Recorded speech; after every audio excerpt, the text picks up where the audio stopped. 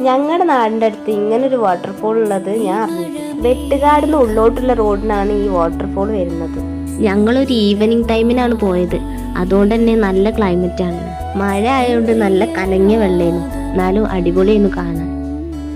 ഈ ടൈമിൽ ഇങ്ങോട്ട് വരുന്നോല് എന്തായാലും ശ്രദ്ധിക്കണം. ഒന്ന് കാല് തെറ്റിയാൽ തീരുമാനം. അത്രയ്ക്ക് സ്പീഡിലാണ് വെള്ളം വരുന്നത്. അപ്പം വരുന്നവരൊക്കെ ശ്രദ്ധിക്കുക.